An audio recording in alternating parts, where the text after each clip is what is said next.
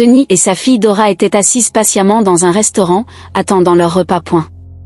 Le restaurant était l'un des plus réputés du quartier, un petit coin chaleureux aux murs jaunes vifs, avec un parfum d'épices flottant dans l'air. Les serveuses allaient et venaient rapidement de table en table, leurs plateaux chargés de bols fumants et de boissons colorées. Dora était assise en face de sa mère, ses grands yeux bruns ne cessaient de se tourner vers le comptoir où les serveuses disparaissaient derrière une porte battante en bois marquée cuisine. « Maman, j'ai faim », dit Dora d'une voix douce et impatiente. « Je sais, ma chérie », répondit Tony avec un sourire. « Ils vont bientôt apporter la nourriture. Tu vas adorer. » Elle avait commandé le plat préféré de Dora, du riz frit et des ailes de poulet croustillantes, et pour elle-même, une assiette de poisson grillé et de plantain. Elle attendait ce repas depuis toute la semaine. Cuisiner à la maison lui paraissait toujours comme une punition, trop de temps, trop d'efforts. À quoi bon, quand il existait de bons restaurants comme celui-ci? Peu après, une serveuse joyeuse s'approcha avec leur commande. Voici votre repas. J'espère qu'il vous plaira. Le visage de Tony s'illumina alors qu'elle inspira l'arôme. La nourriture avait l'air parfaite. Elle prit sa première bouchée et ferma les yeux de satisfaction. C'est délicieux, murmura-t-elle. Mais au moment où elle s'apprêtait à reprendre une autre bouchée, elle remarqua le visage de Dora. Le sourire de l'enfant avait disparu, remplacé par une grimace d'inconfort. « Qu'est-ce qu'il y a, ma chérie ?» demanda doucement Tony. « Maman, je veux faire caca », marmonna-t-elle en se tenant le ventre. Tony se figea, sa fourchette suspendue à mi-chemin. « Maintenant ? On vient juste de commencer à manger, chuchota-t-elle vivement. Dora baissa la tête, honteuse. Tony soupira et regarda autour d'elle. Les autres clients mangeaient tranquillement, mais elle sentait leur regard glisser vers elle. Elle força un petit sourire et se leva. D'accord. Allons-y alors. Ce n'était pas la première fois.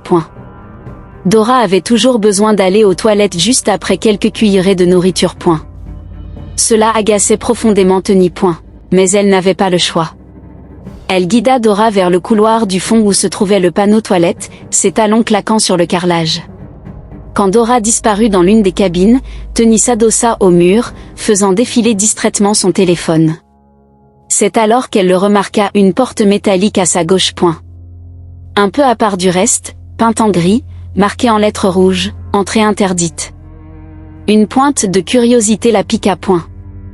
Une odeur se dégageait, quelque chose d'aigre, d'incongru dans un endroit où l'on sert à manger. Elle fronça le nez. Son regard parcourut le couloir vide. Personne ne la regardait. Elle hésita une seconde, puis saisit la poignée et poussa. La porte métallique grinça, libérant une bouffée de puanteur qui la fit reculer. C'était épais, pourri, une odeur qui s'accrochait à la gorge. La pièce était sombre. Elle alluma la lampe de son téléphone, sa main tremblant légèrement. Le faisceau révéla la source de l'odeur, des piles de tabliers et de serviettes tachées éparpillées au sol, humides et bruns de vieille graisse. Des seaux en plastique débordaient d'eau trouble. Avant qu'elle ne fasse un pas, un bruit de froissement surgit d'un coin. Deux gros rats traversèrent ses pieds et disparurent sous les tissus sales. Tony sursauta, le cœur battant. « Oh mon Dieu !» murmura-t-elle, la main sur la bouche. Tout son instinct lui criait de refermer la porte et de partir. Mais sa curiosité avait des dents, vives et insistantes. Pourquoi cet endroit? Pourquoi un restaurant garderait-il une telle saleté ici? Elle avança prudemment. Sa lumière accrocha autre chose, une petite porte en bois au fond de la pièce. Une pancarte délavée au-dessus indiquait « Cuisine personnelle uniquement ». À côté, 3 poubelles, leur couvercle à moitié ouvert. L'odeur s'intensifia. Des mouches noires bourdonnaient paresseusement au-dessus. Quelque chose en elle la poussa à regarder. Elle tendit la main vers la porte en bois et la poussa juste assez pour jeter un œil. Ce qu'elle vit glaça son sang. La cuisine était un chaos total. L'évier débordait d'assiettes non lavées, couvertes de sauces séchées et de moisissures. Des asticots grouillaient dans les coins. Les plans de travail luisaient d'huile rance. Le sol collait, jonché d'épluchures et d'emballages. Une file parfaite de fourmis traversait les carreaux. Tony porta une main à sa bouche. Son regard glissa vers la zone des fourneaux. Une cuisinière s'y tenait, remuant une grande marmite de ragoût. Son tablier était méconnaissable, des couches de taches rouges, brunes et noires durcies en croûte. Des gouttes de sueur coulaient le long de ses tempes tandis qu'elle remuait. Quand elle leva un bras pour s'essuyer le front, Tony remarqua les poils sous son aisselle et le tissu de son uniforme raidi par la crasse. Le cœur de Tony se souleva. C'est de là que vient ma nourriture, pensa-t-elle. Derrière la cuisinière, une autre femme tirait une poubelle vers l'évier. Elle était pleine de morceaux de viande jetés, gris, gluants, grouillant de vie. La femme la vida près de la marmite et enjamba nonchalamment la flaque qui s'en échappa. L'odeur était insupportable, épaisse, étouffante. Le cœur de Tony battait à tout rompre. Chaque respiration lui pesait. Elle voulait partir, mais ne pouvait détourner les yeux. Dans un coin, une autre femme était assise sur une glacière, les jambes croisées. Elle décorait un gâteau en fredonnant. De temps à autre, elle trempait un doigt dans le glaçage, le léchait et souriait. L'esprit de Tony tournait à toute vitesse. Les tables impeccables, la serveuse souriante, les jolies assiettes, tout était un mensonge. Un bruit la fit sursauter, des pas approchaient. Elle referma vite la porte, retenant son souffle. Les pas se rapprochèrent. Une voix d'homme marmonna quelque chose dans la cuisine, et la porte en bois grinça de nouveau, de l'autre côté. La panique l'envahit. Elle se glissa dans la pièce sombre marquée entrée interdite, retenant sa respiration. La porte métallique n'était qu'à quelques pas. Elle marcha sur la pointe des pieds, l'ouvrit sans bruit, et retourna dans le couloir des toilettes. Son pouls battait à ses oreilles. Dora sortit des toilettes, toute joyeuse. Maman, j'ai fini, dit-elle en balançant ses petits bras. Tony força un sourire et serra fort la main de sa fille. De retour à leur table, son assiette était encore à moitié pleine. La même odeur appétissante qui l'avait séduite quelques minutes plus tôt lui souleva maintenant le cœur. Elle voyait presque les mains sales qu'il avait préparées, les insectes, la viande pourrie. La serveuse s'approcha. Tout va bien, madame? Oui, répondit rapidement Tony d'une voix tendue. Apportez l'addition, s'il vous plaît. Dora attrapa sa cuillère. Maman, je peux finir mon repas? Non, ma puce, dit Tony, plus sèchement qu'elle ne l'aurait voulu. On rentre à la maison. La serveuse revint avec le reçu. Tony paya sans lever les yeux, pressé de partir. Elle prit la main de Dora et quitta rapidement le restaurant. L'air frais du soir caressa son visage comme une bénédiction. Elle inspira profondément, essayant d'effacer la puanteur qui lui collait encore à la mémoire. Dans la voiture, Tony serra le volant, les images qu'elle avait vues tourbillonnant dans son esprit, et sa poitrine se serra. Son mari le lui avait répété tant de fois, on ne peut pas faire confiance à tous les restaurants, Tony. On ne sait jamais ce qui se passe derrière les portes fermées. Mais elle avait ri, s'il te plaît, je ne suis pas faite pour le stress de la cuisine. Je ne vais pas passer mes soirées à transpirer et à sentir l'oignon. Cette fois, elle ne riait plus. Elle regarda Dora dans le rétroviseur. La tête de l'enfant reposait sur le siège, les lèvres entr'ouvertes dans le sommeil. Une vague de culpabilité envahit Tony. Dora était toujours celle qui en souffrait le plus. Elle avait souvent mal au ventre. Certaines nuits, elle se réveillait en pleurant, serrant son ventre. Les médecins parlaient de sensibilité alimentaire, mais Tony n'avait jamais fait le lien. Il y a des années, Tony était née dans une famille de 3 enfants. Elle était la plus jeune, et la seule qui ne levait jamais le petit doigt à la maison. Ses frères et sœurs, Ada et Quinl, faisaient tout. Ada faisait déjà frire des œufs à 8 ans, Quinl savait préparer du porridge à 10. Leur mère adorait Tony. Laissez-la tranquille, disait-elle chaque fois qu'Ada se plaignait. C'est mon bébé. Elle apprendra quand elle sera grande. Et ainsi, Tony n'apprit jamais. Elle s'asseyait dans le salon pour regarder des dessins animés pendant qu'Ada frottait les casseroles dans la cuisine. Quand le dîner était prêt, elle mangeait et se plaignait, c'est trop salé. Le riz est trop mou. La sauce n'est pas bonne. Ada la fusillait du regard. Un jour, Tu verras. Quand tu seras seul, qui cuisinera pour toi? Tony riait en balançant ses jambes. Je me marierai avec un chef. Tout le monde riait. Leur mère secouait la tête avec tendresse. Ne fais pas attention à elle. C'est ma princesse. Et ainsi, le schéma continua. Les années passèrent, et Tony devint une belle jeune femme qui savait s'habiller, parler et sourire mais pas faire frire un œuf. Quand elle fut admise à l'université, sa mère prépara soigneusement ses bagages, des sacs de riz, de haricots, de gari, des épices, de l'huile, tout ce dont elle aurait besoin. La première semaine à l'école fut une aventure. Ses colocataires étaient enthousiastes, bavardaient et riaient en cuisinant ensemble. Tony décida d'essayer à son tour. Elle appela sa mère pour obtenir des instructions, les nota soigneusement. Mais quelque chose se passa mal. Le riz brûla. La sauce était amère. La marmite fumait. Ses colocataires tentèrent de l'aider, mais c'était sans espoir. La nourriture avait un goût de métal et de cendre. Tony força une bouchée dans sa bouche, en grimaçant. Cette nuit-là, elle jeta tout. Le lendemain, elle essaya les nouilles. D'une manière ou d'une autre, elles devinrent molles et pâles, presque comme du PAP. Elle ne put même pas se résoudre à y goûter. Frustrée, elle s'assit sur son lit et fit un vœu silencieux, elle ne cuisinerait plus jamais. À partir de ce jour, elle commença à acheter sa nourriture dans les restaurants. Elle préférait manger dehors que d'échouer en cuisine. Elle revendit la plupart des provisions que sa mère lui avait données à ses amis et utilisa l'argent pour acheter des repas dans les cantines voisines. Au début, c'était excitant. Elle pouvait manger ce qu'elle voulait, riz frit, sauce, soupe, tout prêt, tout chaud. Mais l'excitation ne dura pas longtemps. La nourriture n'était pas toujours bonne. Parfois, elle la rendait malade.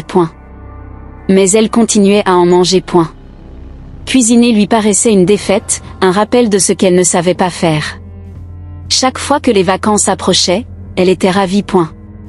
La maison signifiait la cuisine de sa mère, de la vraie nourriture, des assiettes propres, et de l'amour dans chaque bouchée. Quand Tony rencontra son mari, Kim, ils étaient follement amoureux.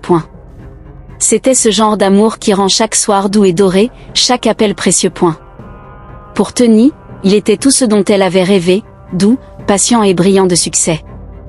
Mais il y avait une chose que Kim ignorait encore, Tony ne cuisinait pas. Non pas parce qu'elle n'en avait pas le temps, mais parce qu'elle n'en avait pas envie. Chaque fois que Kim laissait entendre qu'il aimerait goûter sa cuisine, elle souriait timidement et trouvait une excuse. Ah, chérie, pas aujourd'hui. J'ai mal au ventre. Ou, j'ai eu des crampes toute la nuit, j'ai besoin de repos. D'autres fois, elle disait qu'elle n'était pas d'humeur, puis proposait de commander à la place. Kim ne se plaignait jamais. Il croyait qu'il devait prendre soin de la femme qu'il aimait. Ne t'en fais pas, ma reine, disait-il en sortant son téléphone pour commander quelque chose de délicieux. Tu ne devrais pas te fatiguer. Tony lui souriait tendrement, soulagé qu'il n'insiste pas. Leur amour s'approfondit, mais le schéma resta. Un soir, alors qu'il terminait une assiette de riz à emporter, Kim réalisa qu'il n'avait jamais goûté un seul repas préparé par Tony. Cette pensée resta dans son esprit, comme une écharde. Un samedi, il décida d'en parler. Ils étaient assis sur le canapé, regardant un film, quand il mit pause et se tourna vers elle. Tony, il y a quelque chose à quoi je pense depuis un moment. Ses yeux se levèrent lentement. Quoi donc? J'ai remarqué, depuis qu'on sort ensemble, tu ne m'as jamais cuisiné quelque chose. Pas une seule fois. Tony fronça légèrement les sourcils. Et c'est un problème? Il hésita. Pas un problème, exactement. Je pense juste que, c'est important de manger de la nourriture faite maison parfois. C'est plus sain, et... Elle le coupa. Kim, s'il te plaît. Je n'aime pas cuisiner. J'ai déjà essayé, ça m'énerve. Et puis, les restaurants existent pour une raison. Kim hocha lentement la tête. Il n'était pas en colère, simplement surpris par le ton définitif de sa voix. Je comprends, mais on ne peut pas manger dehors tous les jours. Ce n'est pas sain, et c'est cher aussi. Tony croisa les bras. Alors, tu peux cuisiner si tu veux. Moi, je me contente des plats à emporter. Kim s'adossa et soupira doucement. Il ne voulait pas se disputer. Il l'aimait trop pour risquer de la repousser à cause de ça. Cette nuit-là, après que Tony se fut endormi, Kim resta dans le salon à réfléchir. Il fixait le mur et murmura « Je l'aime. Je ne veux pas la perdre pour ça. » Il passa une main dans ses cheveux. Cuisiner, c'est pour les esclaves, dit-il avec un rire fatigué. Tony est ma reine. Si acheter de la nourriture la rend heureuse, alors qu'il en soit ainsi. Sa décision fut prise. Il se leva, éteignit la lumière et rejoignit leur chambre. Tony dormait paisiblement, blotti sous la couverture. Il se glissa à côté d'elle et la serra dans ses bras. « Je suis désolé de t'avoir pressé tout à l'heure. Je ne te demanderai plus jamais. Je te donnerai toujours de l'argent pour la nourriture. Tu n'as pas besoin de cuisiner. » Tony se tourna vers lui, souriant à moitié dans son sommeil. « Merci, mon amour, dit-elle avant de l'embrasser doucement. Les années passèrent. Ils se marièrent lors d'une petite cérémonie remplie de rires et d'amis. Peu après, ils furent bénis d'une fille, Dora. Dès le premier anniversaire de Dora, les repas de la famille venaient toujours des restaurants. Des boîtes bien rangées de riz frit, de soupe et de sauce devinrent leur routine quotidienne. Au début, tout semblait bien. Mais en grandissant, le petit corps de Dora commença à réagir étrangement. Après chaque repas, elle se tenait le ventre et courait aux toilettes. Parfois une fois. D'autres fois, deux. Tony soupirait de frustration à chaque fois. Tu ne peux pas juste manger normalement pour une fois, le grondait-elle. Maman, j'ai mal au ventre, pleurait Dora. Toujours des excuses, s'emporta Tony un soir. Tu crois que les toilettes, c'est ta chambre? Kim, qui observait en silence, intervint. Tony, arrête de crier. C'est une enfant, peut-être que c'est la nourriture. La nourriture? Qu'est-ce qu'elle a, la nourriture? Elle vient d'un bon restaurant. Kim secoua doucement la tête. Pourquoi ne pas lui cuisiner toi-même quelque chose? Peut-être que son estomac s'y adaptera mieux. Tony se détourna. Je n'ai pas le temps pour ces bêtises. Et la discussion s'arrêta là. Mais les mots de Kim restèrent quelque part en elle, enfouis sous sa fierté et ses excuses. Puis vint ce jour fatidique, celui où Tony et Dora quittèrent cet endroit et tout changea en elle. En rentrant, l'air dans la voiture semblait lourd. Dora fredonnait doucement à l'arrière, serrant son jouet entre ses mains. L'innocence sur son visage serra douloureusement la poitrine de Tony. Ses pensées tourbillonnaient, tu as échoué comme mère. Tu lui as donné ce poison. Tu as vu avec quoi il cuisine, ce qu'il cache, et tu l'as donné à ton enfant. La voix ne cessait pas. Elle résonnait de plus en plus fort à chaque minute. À un coin de rue tranquille, Tony s'arrêta. Elle prit dans son sac un petit carnet où elle notait des choses. Ses mains tremblaient tandis qu'elle écrivait, liste de courses. Ça s'arrête aujourd'hui, murmura-t-elle. En rentrant, Kim regardait un match de football dans le salon. Dora entra en bâillant. Occupe-toi d'elle pour moi, s'il te plaît, dit Tony rapidement. Je reviens bientôt. Kim leva les yeux. Où vas-tu? Juste, quelque part. Je reviens. Sans attendre sa réponse, elle attrapa son sac et sortit. Le marché était bruyant, coloré, vivant d'odeurs d'épices. Tony parcourut les étals avec détermination, posant des questions, comparant les prix. Pour la première fois de sa vie, elle acheta tout ce dont une vraie cuisine avait besoin, tomates, piments, viande, poissons, et même des cuillères doseuses. Quand elle rentra, sa voiture était pleine de sacs. Kim l'aida à tout porteur à l'intérieur, perplexe. C'est quoi tout ça? Demanda-t-il. Tony redressa les épaules et répondit calmement, c'est pour la maison. Je vais commencer à cuisiner dès aujourd'hui. Kim la regarda, surpris. Toi? Cuisiner? Il ne posa pas plus de questions. Quelque chose dans ses yeux lui disait qu'elle avait vu ou ressenti quelque chose de fort. Le lendemain matin, Tony enfila un tablier, attacha ses cheveux et se posta devant la cuisinière comme un soldat face au combat. Sa première tentative du porridge de haricots fut un désastre. Les haricots brûlèrent au fond, et le goût était amer. Elle essaya ensuite le riz jollof. Trop salé. Son mari goûta et sourit gentiment. Au moins, c'est chaud, plaisanta-t-il. Tony fronça les sourcils. C'est un début, dit Kim en enlaçant. Chaque chef commence quelque part. Alors elle continua. Elle regardait des tutoriels de cuisine tard dans la nuit, prenait des notes dans son carnet et s'exerçait le lendemain. Ses plats étaient soit trop gras, soit fades, mais elle refusait d'abandonner. Kim la soutenait à chaque étape. Quand il ne travaillait pas, il restait à ses côtés, coupant les oignons et nettoyant. Peut-être que je devrais apprendre aussi, plaisanta-t-il un soir. Je serai le roi du jollof. Tony rit sincèrement pour la première fois depuis des jours. Les semaines passèrent. Peu à peu, ses repas s'améliorèrent. La première fois que Dora termina une assiette sans courir aux toilettes, Tony faillit pleurer. « Comment va ton ventre, ma chérie ?» demanda-t-elle avec anxiété. Dora sourit. « Ça va, maman. C'est trop bon. » Kim sourit à sa femme à travers la table. La fierté dans ses yeux disait plus que des mots. Dès ce jour, le dîner devint sacré.